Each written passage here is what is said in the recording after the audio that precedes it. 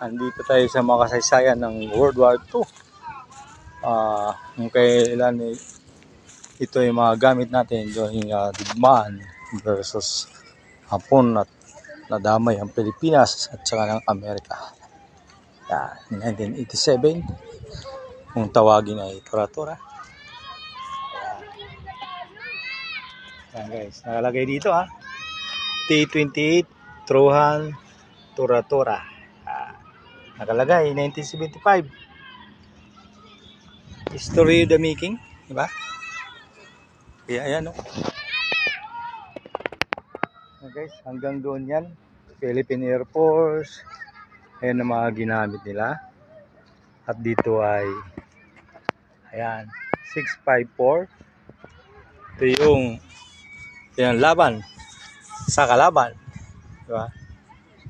Kaya ito yung history.